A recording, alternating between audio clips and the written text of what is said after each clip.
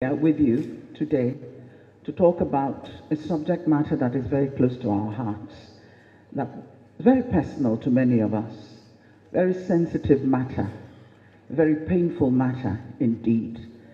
And yes, some of us have lived with some bitterness, and we make no apologies about that. We were a people in war, led into war not by our own wishes or design, but in self-defense. No apologies, Nigeria. No apologies to the world. But here we are. I'm sorry, I'm going to stand up, if you don't mind. My name is Onyeka Onwenu, and it's not the Onyeka Onwenu that you think you know, that you read about in the papers, but the Onyeka Onwenu that was born and raised in Port Harcourt. That's correct. And the person who made that statement knows. When he says DK Onwenu, he's telling you where this person came from. My father was the first Arrondissement man in the Federal House, and he was representing a Port Harcourt constituency. He was the principal of Enitonia High School. He was a brilliant man, but he died too early. Thank you. That's my background. I'm also from Abia State. Since I am Adamazi, I'm Adamazi. I'm from Imo State, Arrondissement, and I'm from Anambra, where my mother comes from. I can go there and live. I can do anything I want in Anambra. Nobody can say anything to me. I'm also from Lagos State. Surprise, surprise. Yeah, I'm from Lagos State. I married a Yoruba man. I have 2 Yoruba children. They only paid 5,000 naira as bride price, so we have a right to demand more money anytime. 5 minutes going. Yes, 50 years after I fought the war. As a young girl, 14, 15, 16, 17, I was in that war, and I lost many relatives. I worked in hospitals. I carried babies who died in my arms. I treated old people who took days to die. People were dying out of hunger. Even our soldiers were dying out of hunger at a particular point. But thank God, we survived. You see, when my father died at 40, he was a politician and also a principal, but he didn't have much money. In those days, you had to keep your day job, even if you were a member of the House of Representatives. Yes, my mother, an Anambra woman, was a trader. Put your hands together for Anambra women. She was richer than my dad, so my dad would borrow money from her to buy the land, and he never paid back. You know how it is. And my mother dares not raise the subject again. At the end of the war, I could not go back to Port Harcourt.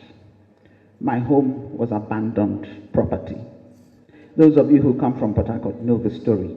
A home that a widow, my father had just laid the foundation when he died in a motor car accident, on duty. A building that a widow, and living just adjacent to us, the Ikopus on Hospital Road, we could see you, we could relate. In fact, I thought we were related, because every family in Port Harcourt was together. You didn't care where they came from or who they were. Once you're from Port Harcourt, every parent had the right to reprimand another child that you saw misbehaving. It was a beautiful town, but we couldn't get back to it. So for me, the Civil War never ended. At the end of that war, my father, oh no, it never ended. It's still going on. I had no family house. My poor mother went back to claim the property she was beating into a coma by people whom she had helped all her life and sent to school, because she's an Igbo woman, and now Port Harcourt belonged to another group of people. They forgot the sacrifices that the Igbos made. It's still going on. No apology has ever been made about that. The road that is now referred to Harold Wilson Drive used to be DK Onwenu Road, because of the sacrifice that people like the Onwenus, the Ikopus, you know them, the sacrifices they made in building up Port Harcourt. Here I am. So I traveled outside, thanks to my sister who was at Harvard at the time, who organized for the rest of us to come and go to school. But we all came back to do what? to develop Nigeria.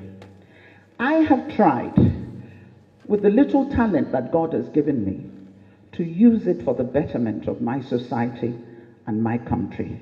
But can I tell you something? That if I were a Yoruba or Hausa woman, I would probably have had more patronage, I would have had more help and more support than I have got by my self-help effort to raise this country up. But I'm not asking anybody for anything. I put myself through school. My widowed mother did her best, but I was working 2 jobs in America to put myself through school. I didn't want to take Nigerian scholarship because they were giving it to everybody, those who deserved it and those who didn't. And many of them were not even in school. I put myself through school, Wellesley College and the New School for Social Research. I have no apologies to make to anybody. I am angry. I am angry at Nigeria. I am angry at this government which seems to be letting us down. I am angry at us as a people. I am angry at my people in Ndibo. Because if they have refused you, why are you refusing yourself? Stop complaining and do it for yourself. We've always been able to do that. How did we build Imo Airport? Nobody built it. We spent how many years raising money? I know it was my equipment that was traveling all over the country for concerts. I gave free concerts to build Imo Airport. That's who we have been. And I remember in those days, Epurana, Imo State Union, Purana, Zetiobi, Dike Onwenu, Oputa, Ikoku, you name them, Abakorana, that's it. No dispute. Everybody follows the line and gets done what needs to be done. Let me tell you about Ndibo. Ndibo are wonderful people. Let me tell you about Ndibo. Ndibo are resilient. Let me tell you about Ndibo. Ndibo are people with integrity, with conscience, with a feeling of humanity that they can reach out wherever they are and contribute something to that society and not care that they're not even from there. That's who we are. Do not categorize us as people who are uncouth. We don't know, we don't have unity amongst ourselves. You're kidding yourself. We love ourselves. But we also love our neighbors. You see, to love your neighbor, you have got to love yourself. That's what the good book says. Love your neighbor as yourself. So how are you going to love your neighbor if you don't know anything about self-love? I am a proud Igbo woman. And oh yes, if there's anything you know about me as I walk into a place, know that there's nothing you can do to me in this country to bow my head. I will not do it. I am my father's daughter. I am my mother's daughter. As an Igbo person, I stand before you committed to the project called Nigeria. But at the same time, you talk about never again.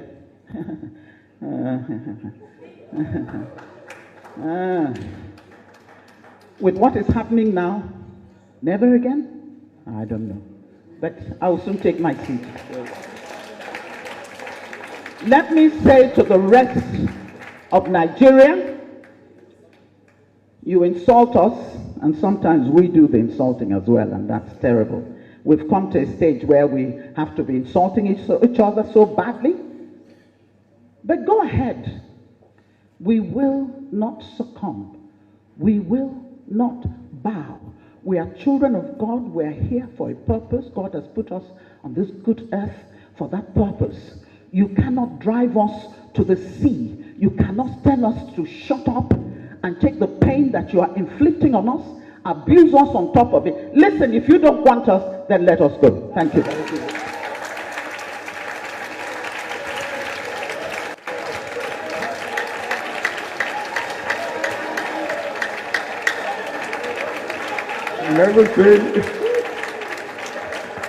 Never seen Onyeka in this.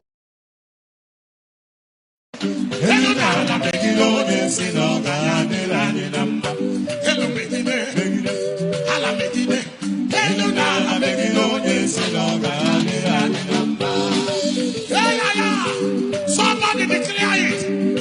Anybody that sent over their dead body, let the heaven judge them. Curse them.